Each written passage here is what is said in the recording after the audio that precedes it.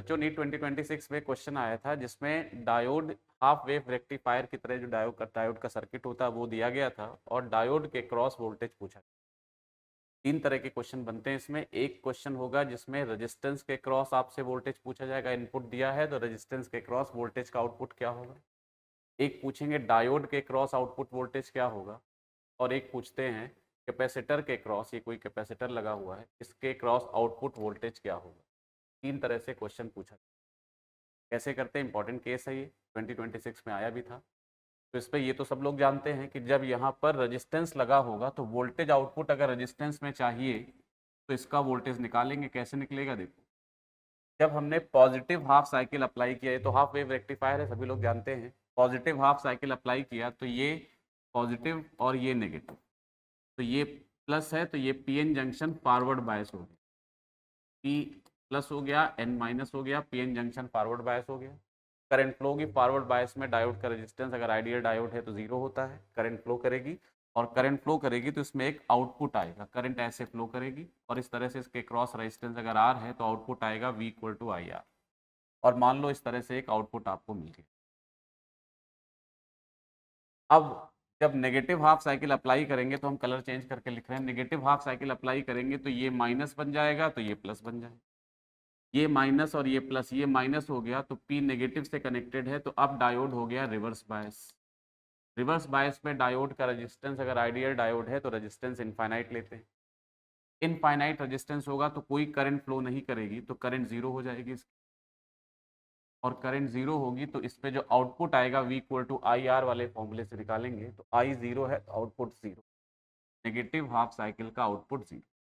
इसी तरह से आगे बढ़ता रहेगा, पॉजिटिव हाफ साइकिल में आउटपुट आएगा और नेगेटिव हाफ साइकिल का आउटपुट एंड सो ऑन, ये प्रोसीड करता जाए।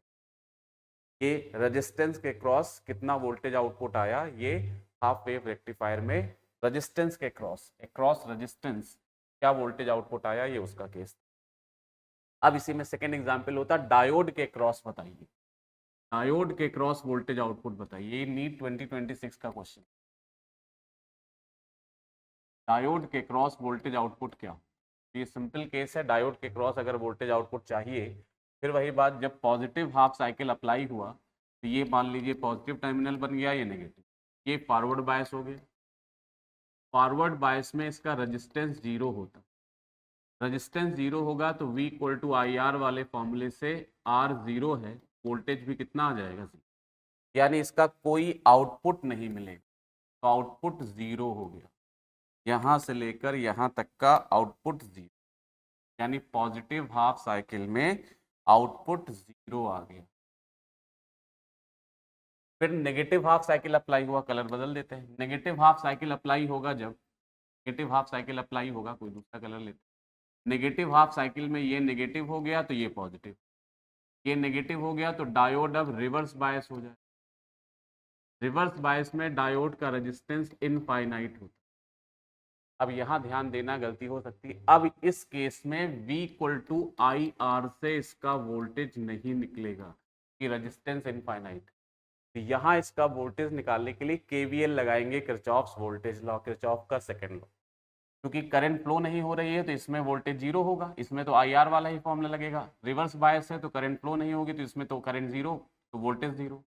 तो सर्किट में जब दो ही चीज बची, एक डायोड और एक इनपुट, तो डायोड का वोल्टेज इनपुट के बराबर हो जाएगा, यानी जो इनपुट लगाया वही डायोड हो जाएगा।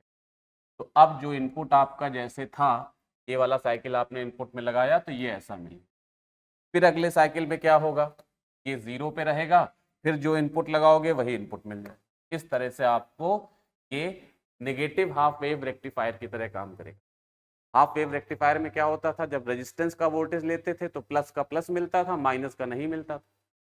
इसमें क्या होगा, प्लस का जीरो मिलेगा और माइनस का मिलता था, प्लस वाले साइकिल जीरो होते जाएंगे हाफ साइकिल, माइनस वाले मिलते जाएंगे, तो ऐसा आउटपुट मिलेगा। ये डायोड के क्रॉस आउटपुट आया। और इसी में अगर आपको वोल्टेज आउटपुट अक्रॉस कैपेसिटर चाहिए तो फिर वही तरीका अप्लाई करेंगे। पॉजिटिव हाफ साइकिल में ये प्लस बना, ये माइनस बना, डायोड फॉरवर्ड बायस हो गया।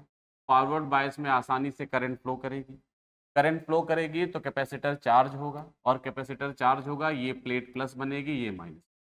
आप जानते हो कैपेसिटर चार्ज होगा, धीरे धीरे चार्ज होगा, 0 से मैक्सिमम चार्ज तक जाए। जब चार्ज बढ़ेगा तो कैपेसिटर का वोल्टेज भी बढ़ेगा, और वोल्टेज मान लो 0 से बढ़ा, और 0 से बढ़कर वोल्टेज मान लो हाफ साइकिल में मैक्सिमम होगी, ये मैक्सिमम वोल्टेज हो। अच्छा, मैक्सिमम वोल्टेज कितना होता है आपको पता है? आरएमएस वोल्टेज के √2 टाइम्स, तो यहाँ √2 टाइम्स मैक्सिमम आएगा आरएमएस, ये आ जाए, है ना।